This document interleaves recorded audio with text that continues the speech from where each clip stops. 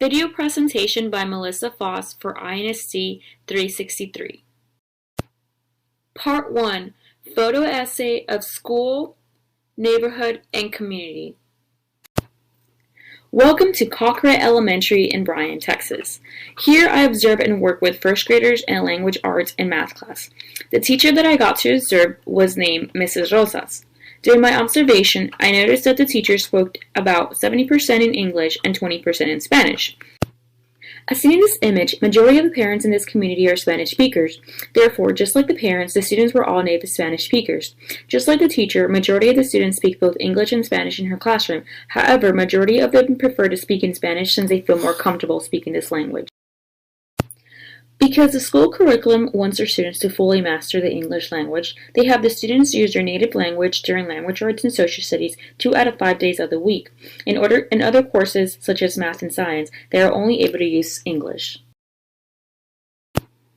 When entering Crockett Elementary, you will notice that as you drive into the school, there is some construction going on. This is because they are expanding the school, which is great for both the students and the community.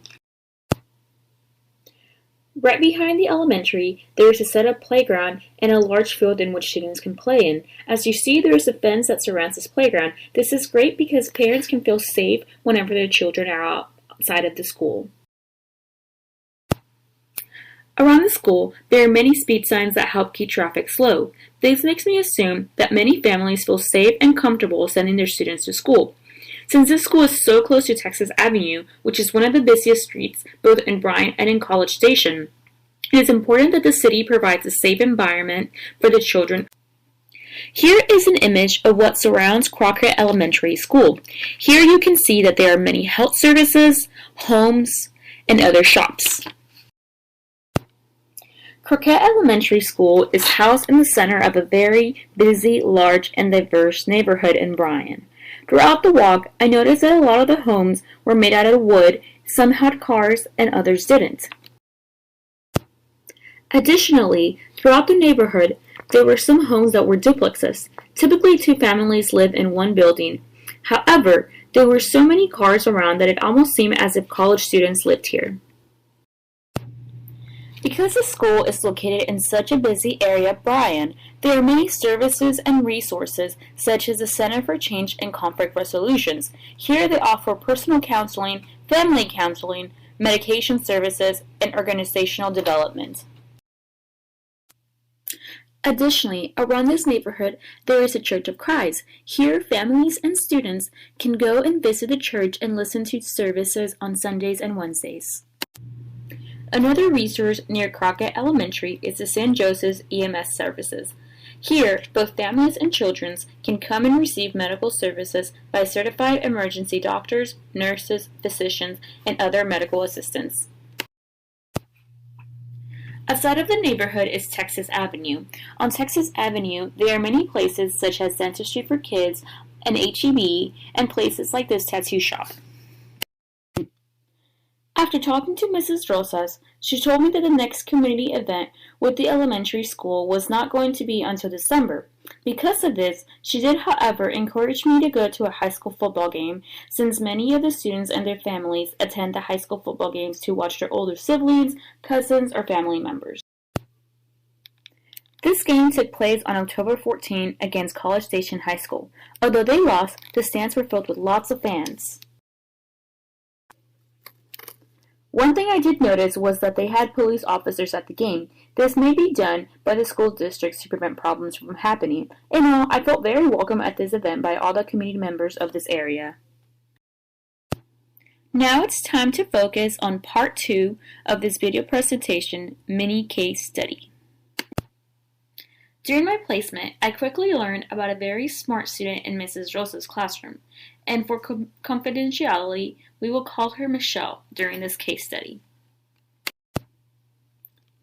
Michelle is a 6-year-old female, and her family are migrants from Mexico. Therefore, her native language is Spanish. Even though she is a bit timid, her English level is at medium stage of language proficiency. Michelle has an older sister who is 9 years old, and she has a younger sister who is 3 years old. Created using Powtoon.